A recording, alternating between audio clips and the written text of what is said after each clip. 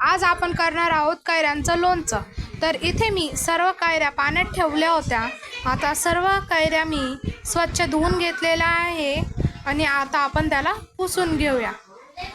आपण त्याला चांगलं पुसायचं आहे कारण की कैरी लोणच्याला पाणी चालत नाही।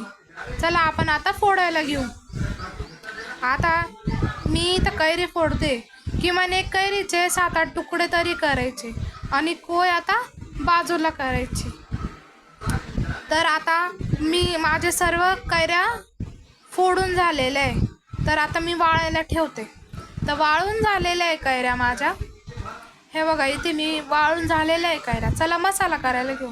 तर इथे मी मोहरीची डाळ घेतलेली आहे, बडीशोप घेतली आहे, मेथी घेतलेली आहे, लवंग घेतलेले आहे, मिरे घेतलेले, हिंग घेतलं आहे आणि रामबंधू लोणचा मसाला हिंग युक्त हा पण टाकायचा आहे आपल्याला।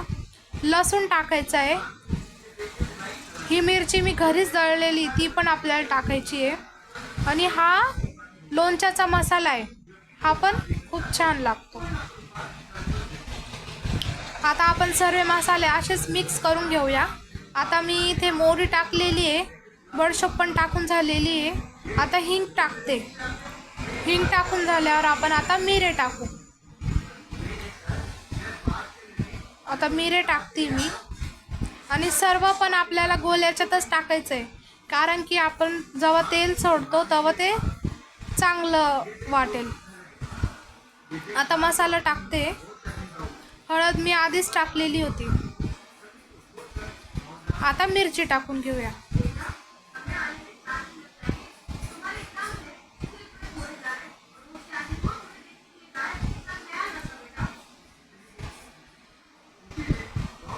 आता ही लोणच्याची मिरची टाकून घेऊया। लोणच्याची मिरची इथं टाकून झालेली आहे। आता लसूण टाकला, मीठ टाकलं, आता तेल टाकून आपण याला चांगलं मिक्स करून घेऊया। तेल टाकलंय। चला आता आपला खार रेडी आहे। चला आता लोणचं भरायला घेऊ। तर इथे मी कैऱ्या खारामध्ये टाकलेल्या आहे। चला आपण याला आता मिक्स करून घेऊ आणि ह्या चांगल्या मिक्स करून घ्यायच्या आहे कारण की एक एक कैरीला चांगला खार लटकला पाहिजे, त्याच्यामुळेच लोणचं आपलं चांगलं राहील। कारण जेवढा मसाला असेल तेवढं आपलं लोणचं जास्त चवीचं लागेल आणि स्वादिष्ट लागेल।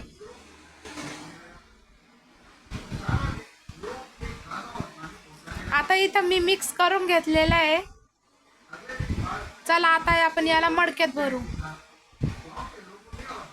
तर हे बघा मी इथं मडक्यात लोणचं भरलेलं आहे। तुम्ही बघू शकता मी किती खार घेतलेलं आहे।